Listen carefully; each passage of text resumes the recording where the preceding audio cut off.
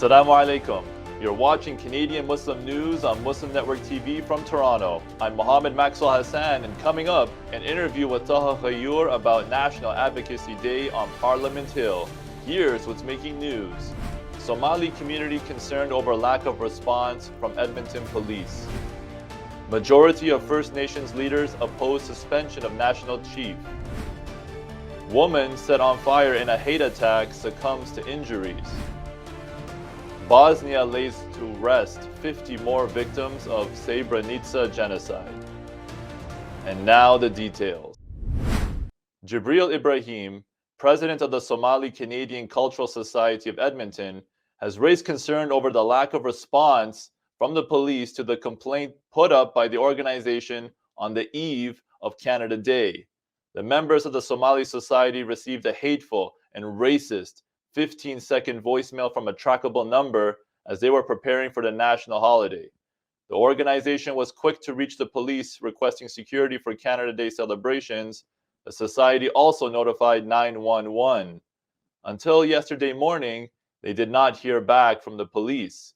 After the media reported the incident, the police issued a formal apology to Ibrahim and promised an investigation. First Nations leaders voted against the suspension of Assembly of First Nations National Chief Roseanne Archibald. The annual General Assembly convened Tuesday in Vancouver. The organization's executive committee suspended Archibald last month on allegations of workplace harassment and breaching the confidentiality of AFN. 60% of chiefs voted for her to be reinstated back to her position.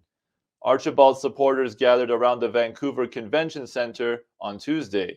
According to the national chief, the suspension stems from sexism within the organization. She pointed towards, quote, the need for transparency, accountability, and truth. A woman who was lit on fire in a TTC bus in a hate-motivated attack last month has succumbed to her injuries.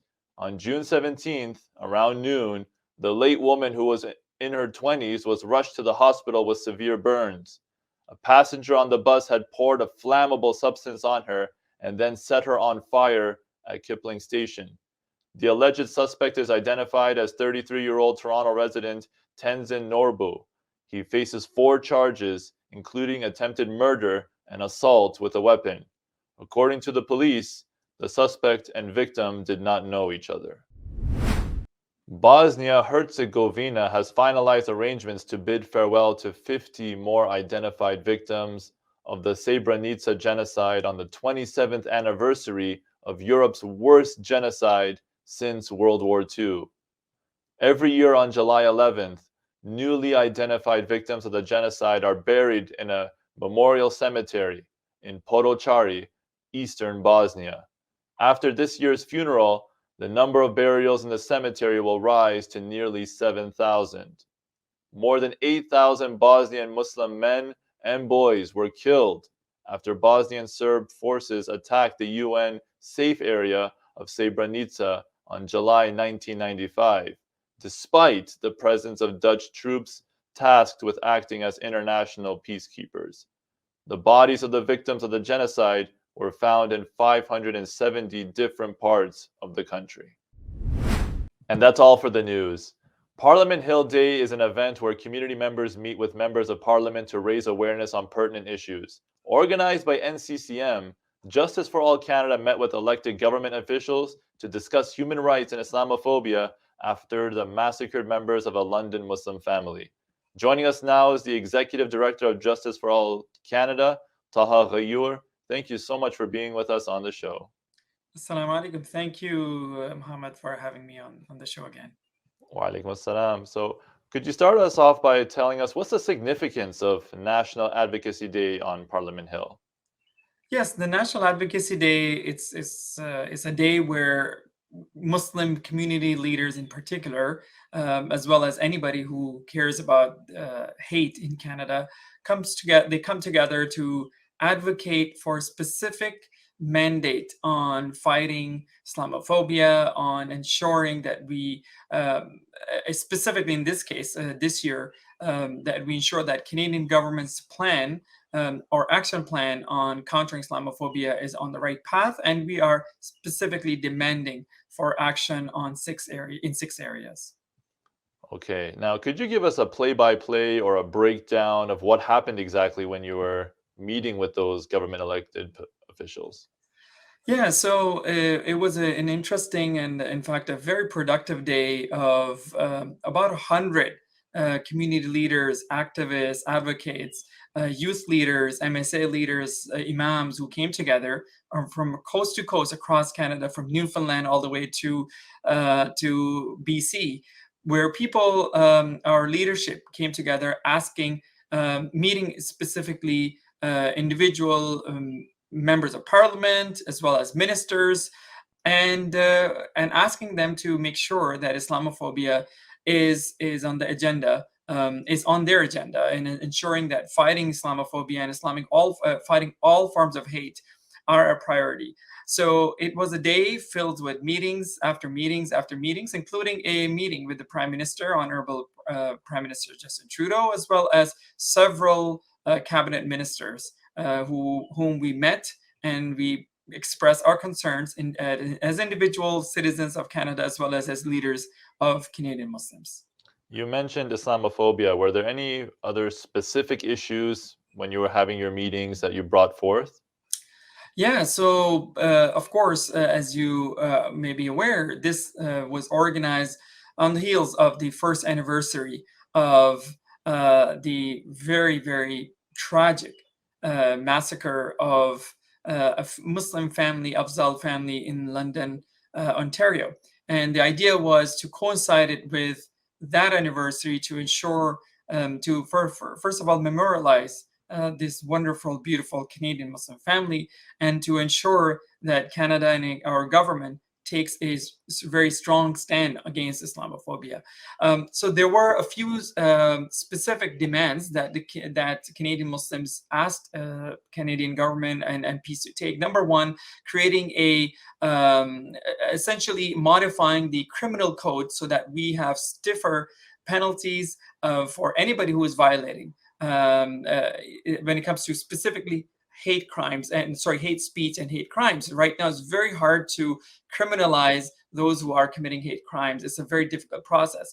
Another demand was to setting aside funds for the national